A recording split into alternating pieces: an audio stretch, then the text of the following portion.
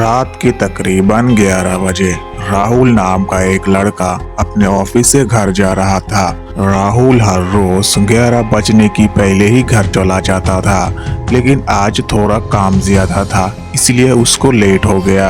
वो टैक्सी पकड़ने के लिए रूट पर आता है, लेकिन वो देखता है कि रात के 11 बजे कोई भी टैक्सी वहाँ पर नहीं था और इसीलिए वो चला गया एक पुराना रेलवे स्टेशन पर। राहुल ज्यादातर टैक्सी से ही घर जाता था, लेकिन आज टैक्सी ना मिलने के कारण उसने सोचा क्यों न आज ट्रेन से ही घर चला जाए, क्योंकि रात बहुत हो चुकी थी। राहुल चला गया एक पुराने स्टेशन पर, जिस स्टेशन का नाम था जयनगर रेलवे स्टेशन। वो स्टेशन बहुत ही सुनसान था, लेकिन हैरान करने वाली बात तो ये है कि उस स्टेशन पर उसके अलावा और एक भी यात्री नहीं था। बहुत लोग बोलते हैं कि रात के 11 बजे के बाद इस स्टेशन पर कुछ भयंकर घटनाएं घटती है। कुछ लोग तो ये भी बोलते हैं कि इस रेलवे स्टेशन में 11 बजे के बाद एक ट्रेन आती है, जिस ट्रेन का नाम है आखिरी ट्रेन। जो भी उस ट्रेन में चढ़ता है वो दोबारा कभी लौट के नहीं आता।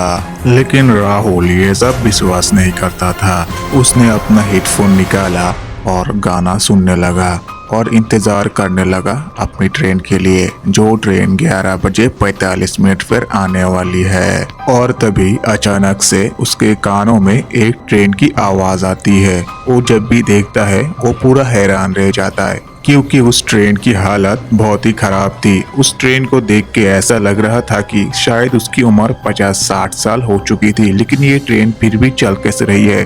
ट्रेन धीरे धीरे आने लगा और स्टेशन पर बिना रुके ही चला गया। अचानक से स्टेशन का हवा भारी होने लगा। राहुल ने देखा कि उसकी बगल में एक बुढ़ा आदमी खड़ा था। राहुल ने उस बुढ़े आदमी की ओर देखा और बुढ़े आदमी ने बोला, ये ट्रेन अक्सर आती रहती है, लेकिन ये ट्रेन कभी भी स्टेशन पर नहीं रुकती, और अगर कभी भी ये ट्रेन रुक जाती है तो गलती से भी इस ट्रेन पर मत चढ़ना।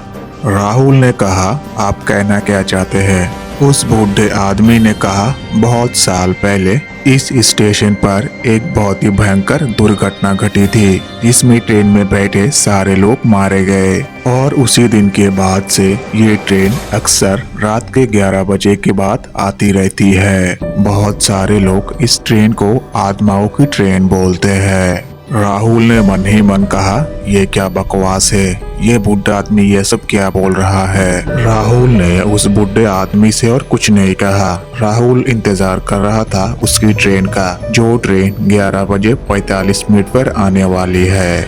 लेकिन राहुल के मन में थोड़ा डर घुस गया था।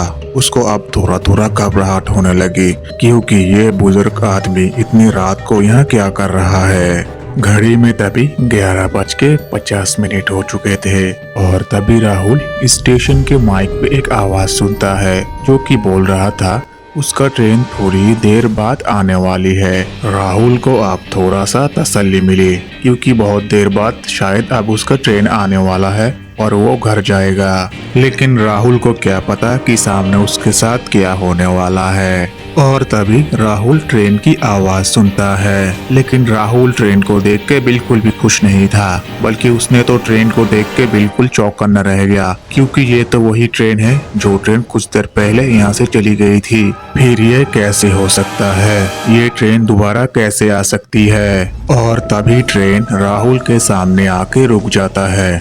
ट्रेन का दरवाजा अपने आप खुल जाता है। राहुल देखता है कि ट्रेन के अंदर कुछ लोग बैठे हैं, लेकिन वो लोग बिल्कुल भी नहीं हिल रहे हैं। राहुल को इस बार बहुत घबराहट होने लगी। राहुल ने सोचा शायद उस बुजुर्ग आदमी को कुछ पता होगा।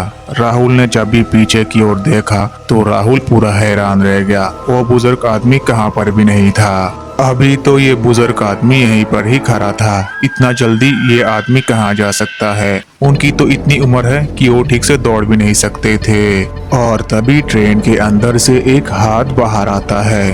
और राहुल को बोलता है कि जल्दी अंदर आओ, लेट हो चुका है। उस हाथ को देखने के बाद राहुल भागने लगा और तभी पूरे स्टेशन में अंधेरा छा जाता है। राहुल को अंधेरे में कुछ दिखाई नहीं दे रहा था, इसलिए राहुल ने आंख बंद कर ली और एक जगह पर रुक गया। कुछ देर बाद अंधेरा चला जाता है और राहुल अपनी आंखें धीरे धीरे खोलता है। आंखें पूरे खोलने के बाद राहुल देखता है कि वो तो उसी ट्रेन के अंदर खिड़की के पास बैठा है, लेकिन ये कैसे हो सकता है? उसने तो ट्रेन में अभी चढ़ा ही नहीं। और तभी राहुल देखता है कि उसके बगल में धुएं जैसा कुछ बैठा है। राहुल समझ गया कि ये एक आत्मा है। उस आदमी ने राहुल से कहा, क्या तुम्हें नहीं जानना है कि ये ट्रेन कहाँ जाता है? चलो मैं तुम्हें आज दिखाऊंगा कि ये ट्रेन कहाँ जाता है। राहुल चीखना चाह रहा था, लेकिन उसके गले से कोई भी आवाज बाहर नहीं निकल रही थी। उसको ऐसा लग रहा था कि किसी ने उसका गला दबा के रखा हो। राहुल को रोना आ रहा था और वो भागना चाह रहा था, लेकिन बेचारा कुछ नहीं कर पा रहा था। और तभी वो ट्रेन राहुल को लेके अंधेरे में खो जाता है।